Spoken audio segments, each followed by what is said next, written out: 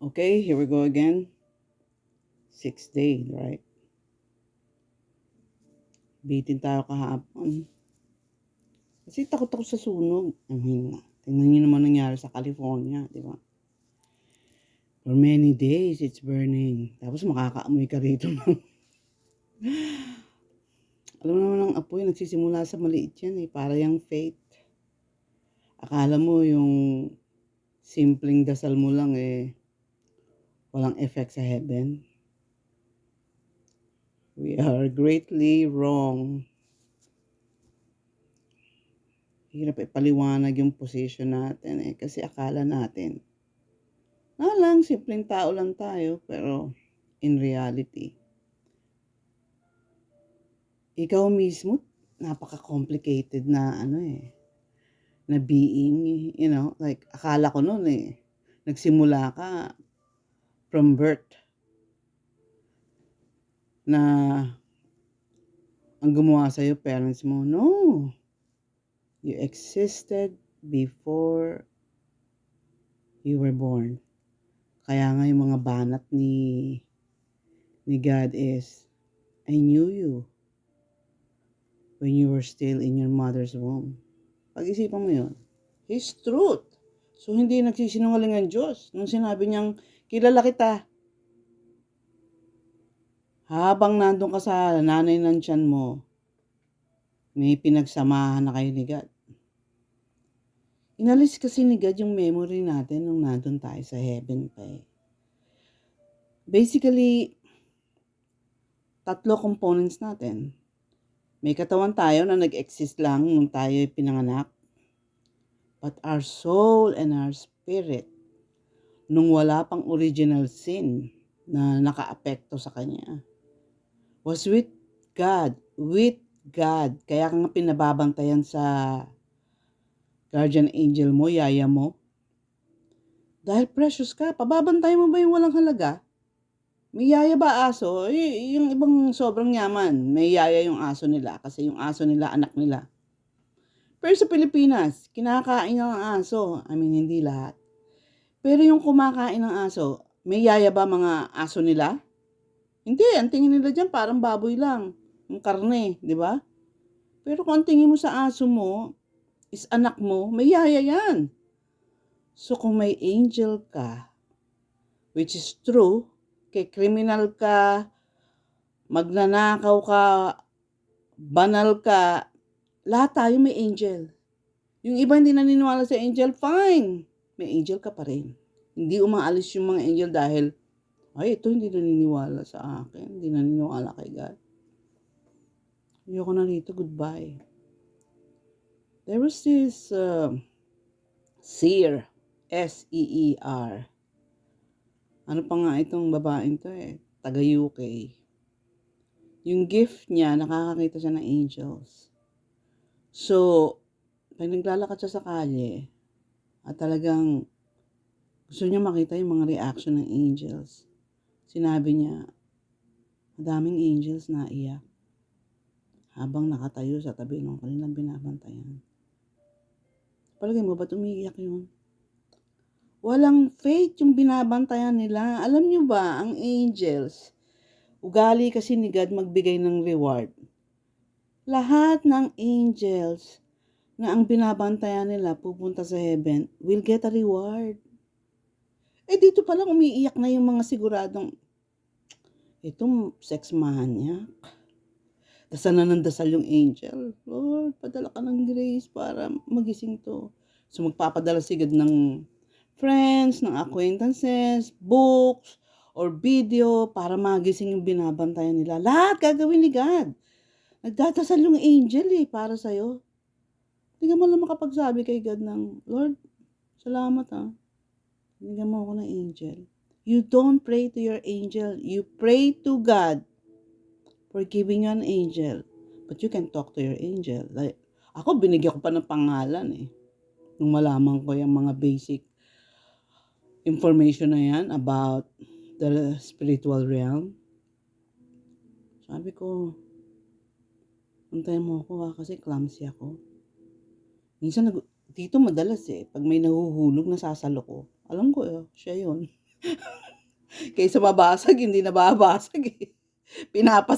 Gagawa siya ng paraan na hindi mababasag. So, papasalamat ako, thank you my angel, Lord. Agad-agad, Lord, thank you for my angel. Siyempre, pag nagti-thank you ka, lalong dumadami. Kahit ikaw, gusto mo ba magbigay ng pansit o spaghetti sa walang utang na loob? Yung tipong pinadala mo na nga ng pansit, tapos nakita mo pinakain sa aso. Or ipinasa, binigay sa kapitbahay. Ayoko na to, hindi ako nakakain na to. May allergy ako sa kamatis. Kung may allergy ka, huwag mo na sabihin. Dahil hindi na uulit yun. Ay, kahit magkaroon pa ng lasagna dito, di na kita bibigyan. Diba? Yung binigyan mo na may mintas pa, parang, ba't ganito to, tuyong-tuyo, kulang ng sauce. Alam mo yung, pag binasa mo nga yung Bible, makikita mo doon kung ano yung mga hate ni God. Ni God the Father, Pag sinabi ko kasing God, Trinity yun eh. Hate na hate niya yung walang utang na loob. Yung ang mga banat eh. Ayoko ng buhay ko. Wala akong mansyon. Ba't sila may mansyon? Ba't sila billionaire? Alam mo ba yung struggles ng billionaire? Hirap na hirap makatulog yun. Gusto mo nun? Kaya nga sabi ni Maricel Soriano nung sobrang yaman na niya eh. Hindi ko alam, ang pinakamahalaga pala, sabi niya, is peace of mind. Kaya, yun na ang pinaka-dinidesire ko ngayon. Peace of mind. Oh my gosh. Peace of mind. Hindi mo nga, mas gusto ko na maging simple. Kung may peace of mind ako, naalala ko noon, sobrang laki ng sweldo ko. Pero sobrang laki ng iba-bribe ko. Yung sweldo ko na, numero na lang eh. Parang tipong, pag tinitingnan ko, 90% nito pupunta sa ipang-babribe para makakuha ako ng account. Parang ayoko. Diba? Glamoroso ka lang tingnan. Okay, naka-Louis Vuitton kang fake. Naka-high heels ka, sa Greenbelt ka kumakain, pero pinapatulan mo lang Wendy's para mura. Kumakain ka lang doon sa fine dining, siguro once in a blue moon. Image, you know? Image. Ayaw ni God yun. Isa pa sa pinaka-ayaw niya, ipokrita. Kaya nga lying ang pagiging ipokrita eh. May pera ka? Tanong ka, may pera ka? Problema mo, pag sinabi kong meron ako, utangan ako nito. Be honest. Meron. Pero kinakalang kung ipang bribe. Diba? Hindi ka nagsisinungaling. Ako nung nahuli ko yung beauty ng truth, kasi tinuro yan eh, ng isang theologian na instructor ko sa Pilipinas. How to be truthful. Ngayari, andyan nanay mo, ang nagtatanong, maniningil. Diba? Paano mo sasagutin yun? Pag sinabi mong wala, sinungaling yun. Pag sinabi mong meron, sabit nanay mo. So, nandyan ang nanay mo. Kung naniningil po kayo, wala. Matatawa pa yun eh. Pag sinagot mo ng truthfully. Or, Joyce, pautang naman. Wala akong perang pampautang kasi yung pera ko dito, ibabayad ko ng rent. Kasi one time, napag-break up sa akin yung ex-fiancé ko noon. Bakit? Wala akong trabaho noon, may sakit ako. Seryoso breast cancer. So binigyan niya ako ng pambayad ng rent ng studio ko. Yung kapatid ko, drug addict. Na hindi malala pero pag drug addict ka. So, hinahabol na siya ng NBI ngayon dahil dinimanda niya yung 7 pulis. Dahil kinulong siya ng 6 days.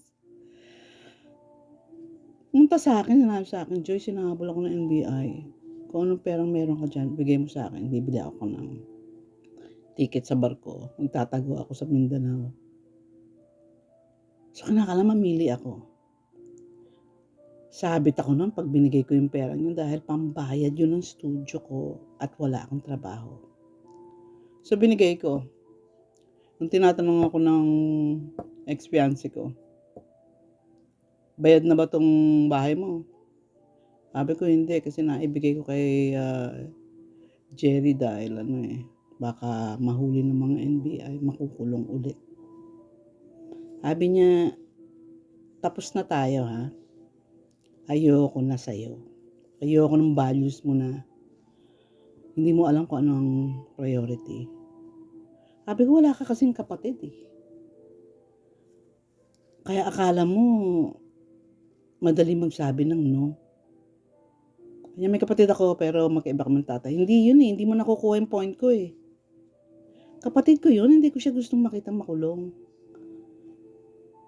Well, sabi niya, may relasyon ako sa, foreigner yun. May relasyon ako sa'yo pero wala akong relasyon sa pamilya mo. Kaya nasanay ako sa mga foreigners eh. Kanya-kanya lang sila. Involved ako sa'yo pero hindi ako involved sa pamilya mo. Sa'yo yan. Magandang training, right? So, na-distract ako doon. So, honesty. Gusto mo ma-attract sa'yo si God? Pray for honesty. Lord, help me love the truth. Ganda no, pag nakuha mo. Kasi very freeing. Very freeing. At saka magsasalita naman si Holy Spirit sa heart mo kung ano dapat ang sabihin mo eh. Sabi nga ni Lord, di ba, nasa Bible, pagka persecuted na kayo, at sabit na kayo, huwag na kayo mag-worry. Kasi kahit yung words na isasagot nyo, bibigyan ko kayo. And that's from the Holy Spirit. Haba na yata nito, tama na to, dahil bawal ang mahaba sa YouTube eh. Have peace guys.